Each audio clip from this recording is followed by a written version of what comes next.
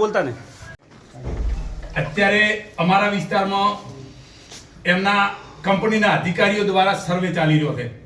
હવે ખેડૂતોને લોભામણી લાલચ આપી અને પાવરગેટ કંપનીનું નામ લે છે અને અત્યારે જીસીબી લઈ ખાડા કરી અને એના ધોબલા ઉભો કરવાનું કર્યું છે.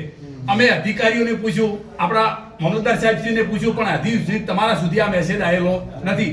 અમે એવું કહેવા માંગીએ છીએ કે તાત્કાલિક તમે અમને ઓર્ડર કરો, તમારા લેટર પેડ ઉપર અમને લખીને આપો, મામલતદાર કે કલેક્ટર સાહેબશ્રીના લેટર ઉપર, કે તમને આટલું વળતર આપવામાં આવશે, આ જગ્યાએથી લાંચ નીકળવામાં આવશે.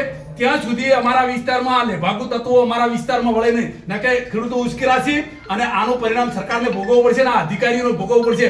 આજથી અમારા વિસ્તારમાં આ માણસો પહેરે ને જ્યાં સુધી કલેક્ટર ઓર્ડર ના કરે, શું અમને વળતર આપવાનું થયું બાંયધરી ના આપે, ત્યાં સુધી આ માણસો અમારા વિસ્તારમાં ના વળે. ભાઈ વળવા જશો કે આ લોકોને એવી લાલચ આપે છે કે તમને 10 લાખ રૂપિયા આપશે, 25 લાખ રૂપિયા, 50 લાખ રૂપિયા આપશો. તમે અધિકારીઓ અમને લેખિતમાં આલો કે તમે અમને કેટલું વળતર આપવાનું છે એના વગેરે.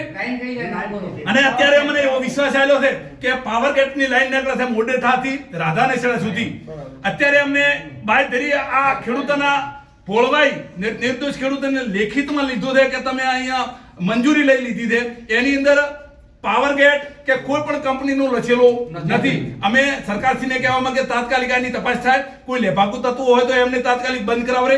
એમના વિસ્તારની અંદર જીસીબી પણ તમારા ક્ષેત્રમાં પડ્યું છે, એની પણ તાત્કાલિક અટકાયત કરે અને પોલીસને મેલી એની અટકાયત કરે. કારણ કે અમને હજી સુધી પોલીસની ધમકી વાળે અમારા વિસ્તારમાં જાહેર કરે કલેક્ટર સાહેબ શ્રી અમને લેખિતમાં આલ છે બાંયધરી, લેખિતમાં બાંયધરી ના આલે ત્યાં સુધી આ વિસ્તારમાં પહેરીને અમને પૂરતું વળતર આપે. બીજી વાત કે મહિના પછી સરકારે જાહેરાત કરેલી છે કે તમને ઊંચી જંત્રી જાહેર કરવામાં આવશે, એના પહેલા તો અમારા વિસ્તારમાં પહેરે જ નહીં. એવી પણ આપણે ખેડૂતો સાહેબશ્રીને રજૂઆત કરીએ છીએ. બરોબર છે? ત્યાં સુધી ના આવે સહયોગ કરાઈ એ પોલીસની ધમકી આલી કરાઈ છે.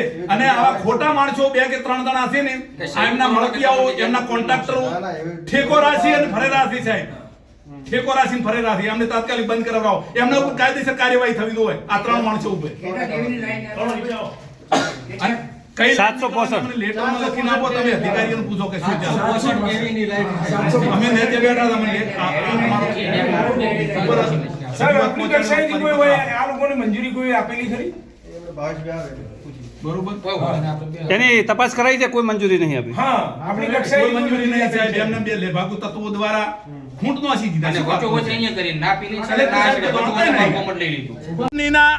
અધિકારીઓ દ્વારા જે મોડેઠાથી રાધાનેસડા સુધી નવું એક આયોજન કરેલું છે 765 કેવીની લાઈન નાખવાનું.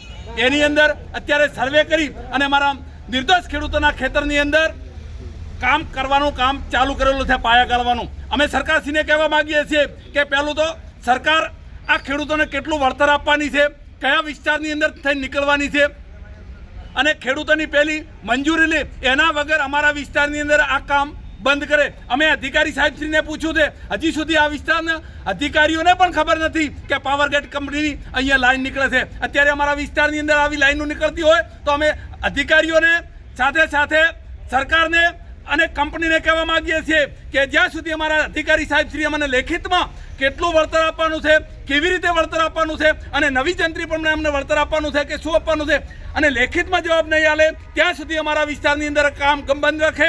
ને કે આવતા સમયની અંદર બનાસકાંઠાના અને વાવથરા જિલ્લાના તમામ ખેડૂતો સાથે મળી અને ઉગ્ર આંદોલન થશે અને આનું જવાબદારી સરકારશ્રીની રહેશે. કારણ કે અમારા નિર્દોષ ખેડૂતોની જમીન અત્યારે મફતના ભાવે આ કંપનીવાળા લૂંટી રહ્યા છે. જય જવાન જય કિસાન.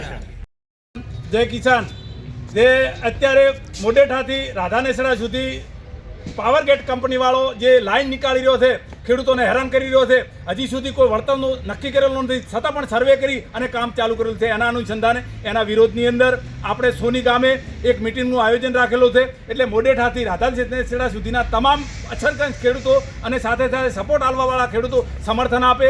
તારીખ 24/12/2025ના સોની સાથે તમામ ખેડૂતો સમર્થન આપે અને સમય છે બપોરના 1 કલાકે તમામ ખેડૂતો આવે એવી મેં આહવાન કરીએ છીએ. જય જવાન જય કિસાન.